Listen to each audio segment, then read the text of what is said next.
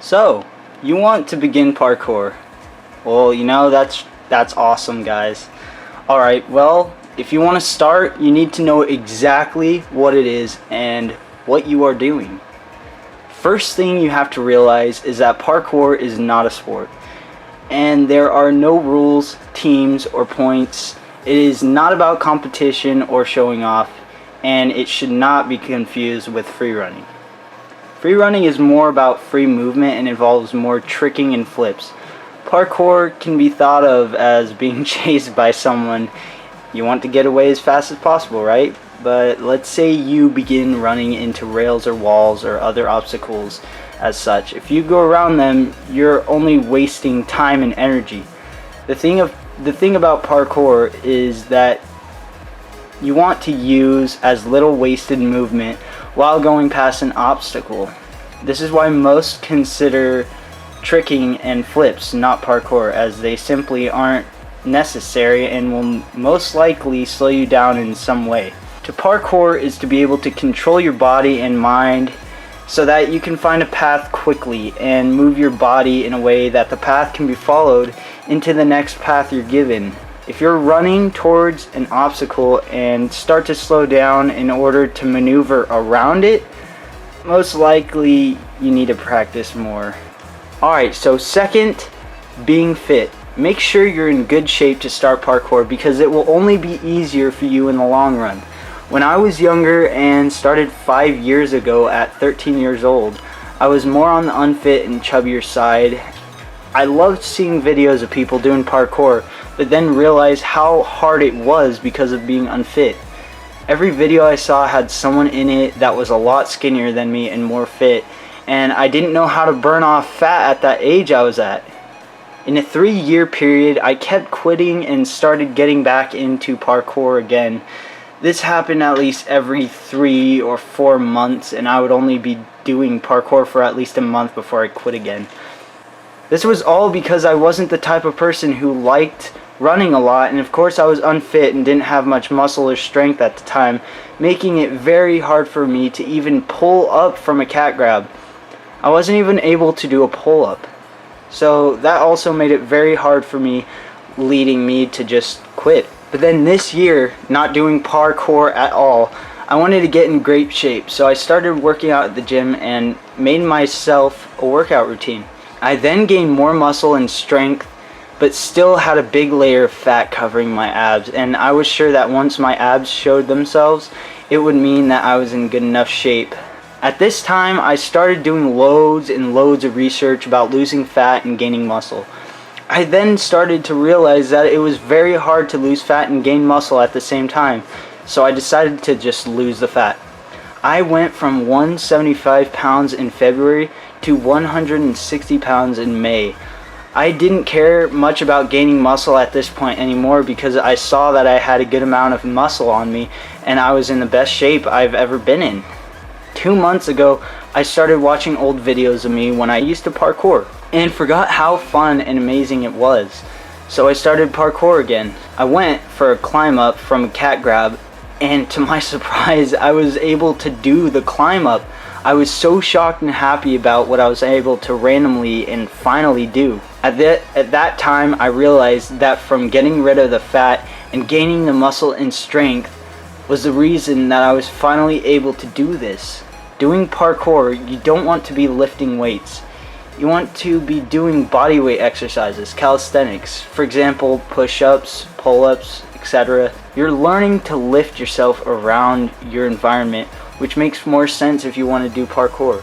So being fit is definitely crucial to parkour. Now, if you guys want me to do a separate video on how to lose fat fast, tell me in the comments below and I will definitely make that video for you guys.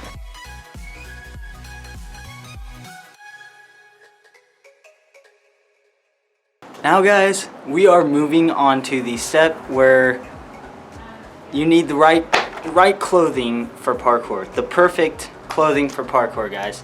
My style for a shirt is just a tight shirt for me, so that I have nothing else loose on me, so that it doesn't get in the way of anything.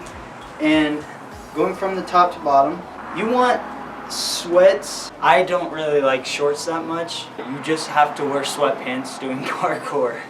Sweatpants, so much leg room. I mean, it's insane the amount of leg room with sweats, of course. They're so stretchy and they're just perfect. You can actually go to Walmart and you can buy a $5 pair, which are freaking amazing, and that's what I've actually done for the past sweatpants I used to have. And these, I got these Everlast ones, and they are like the best sweatpants I've ever gotten. I don't know how much they were because they were a gift, but they are so comfortable and they're just amazing. Now moving on to the shoes. To pick your perfect parkour shoe, I got the Tempest free running shoes, but these are like, I really messed these things up just really badly. If you can see that, I messed these up pretty bad, and I'm not using them anymore. I just keep them for like a memory, you know. But anyways, these shoes, and the best parkour shoes, what you want are really good flexibility to where it can bend and you can hold it with your finger. Perfect parkour shoe, it can bend all the way to the back, like pretty easily and nicely. And the second thing you want to look for is the lightness. You want it to be as light as possible without any weight added to your body. Right here, you want that nice thick amount of foam right there. You want it to be thick up here and then thin down here. And also, you want your toe to be kind of like, when it's straight right here, when it's kind of going straight, and then it curves up. You see what I mean? Perfect flexibility, lightness, and also a whole entire sole, meaning not split sections dividing the whole entire sole, but a perfect sole. One piece, all one piece. This is just all one piece. Like if I was to rip this off, it would all come in one piece. That's a one-piece sole. And that would be the perfect parkour shoes. These actually run for about $80, but pretty soon I'm actually going to get the Take Flight 1.0s, which I've looked at, and they are just a perfect parkour shoe, which I'm gonna use. But yeah, Tempest free running shoes. I don't know when they're gonna get sizes over 7 in stock, but they only have size 6 and 7 right now, and I really want these shoes again, but looks like I won't be able to because they only have a smaller size. What I am using is kind of a mistake I made. Everything meets the requirements except for the bottom.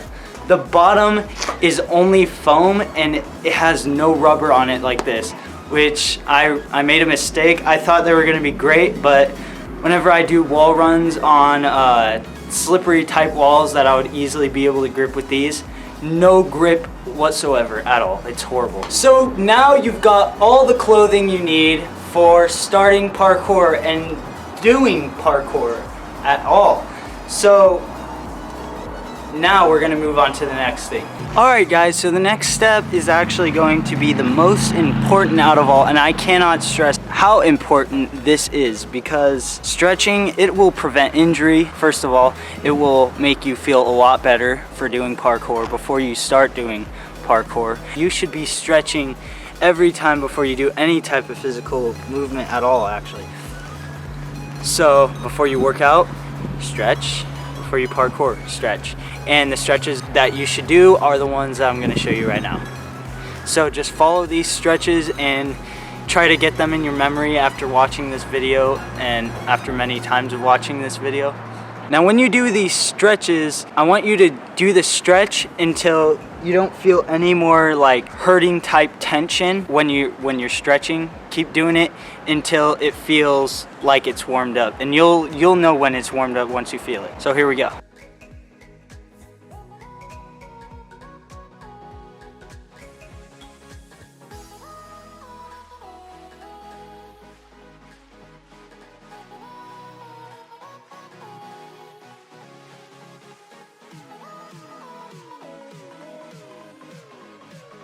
Now when you're doing this one right here, don't go too far back or else you'll really hurt yourself. You want to just keep going back until you feel it a lot, and once you're done stretching, release it real slow. because if you do it fast, it's gonna hurt.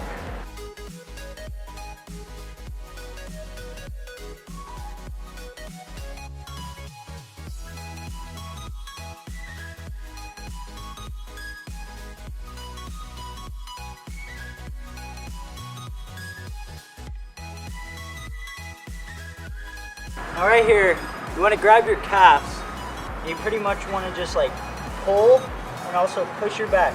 Don't do it too much or you'll really hurt your back. And the second one is awesome. I love it.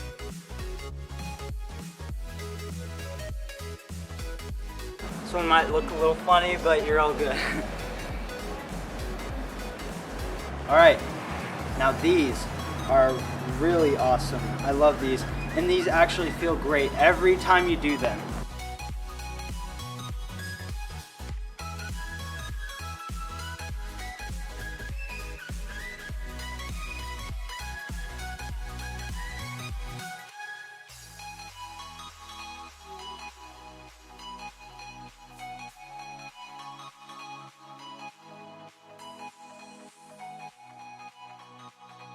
All right, now this one right here. This one's really awesome.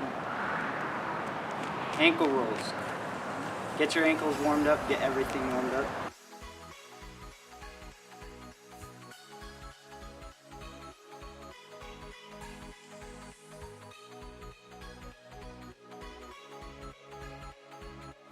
All right, so we have actually finished stretching, and now you want to learn your first vault in parkour. And that is, of course, the most easy, effective, and perfect first vault to try and first start with parkour is a safety vault. And I'll show you exactly what that is now. I will pretty much right now get this table I have and set it up, and we'll go from there.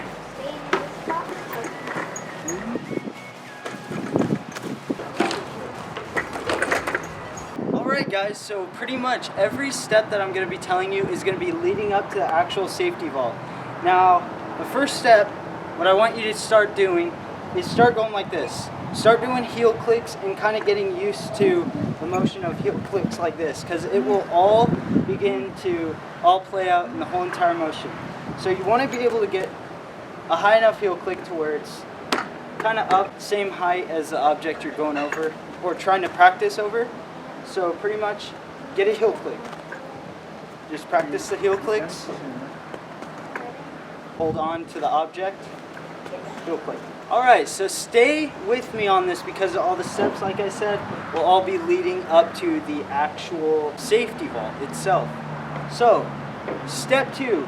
Now you're on to your second step. If you feel comfortable and you know how to do that heel click, great, that is amazing, because now we're going to go on to the next step. Now the heel click that I told you to do, that is optional, but it is recommended by me, and it's a perfect start for doing safety vaults, as you will see.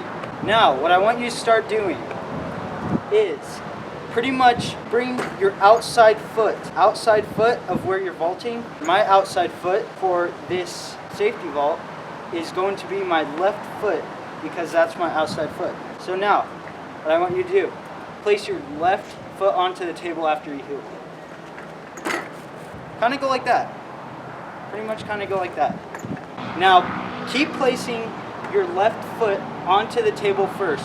And what's going to happen is your right leg is actually going to come through your left leg. And your right leg is going to be the one that hits the ground first. In this case, pretty much in my case, because my left foot is on the outside. Now you got your foot up. So now what you want to do is start swinging it back and forth. Keep swinging it back and forth. You can even hop onto it just like that. That's going to be even better. Now just keep doing this until you feel confident and you can actually balance while doing it.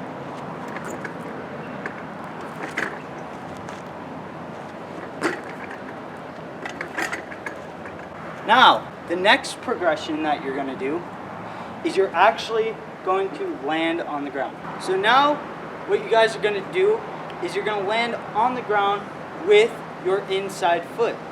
So, for me, that would be my right side foot. Now come from this, put your foot right out, land on the ground. When you do this, you really want to keep your body straight, just like this. Just like this. You want your hand being supported, just like that. And when you come out to do the final kick, you want to push with the hand that you're coming off with. So in this case, it's my right hand. So I'm pretty much pushing off with my right hand and pretty much flicking my right foot out to pretty much get that whole move. So here it is once again. Now what I want you guys to do to practice this, to keep practicing this, I want you to do this 100 times a day. That might seem like a lot, but while you're doing it a lot, it's not going to seem that much.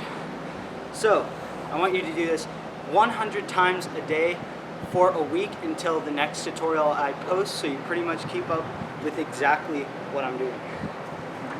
So for you guys, here's that safety vault again.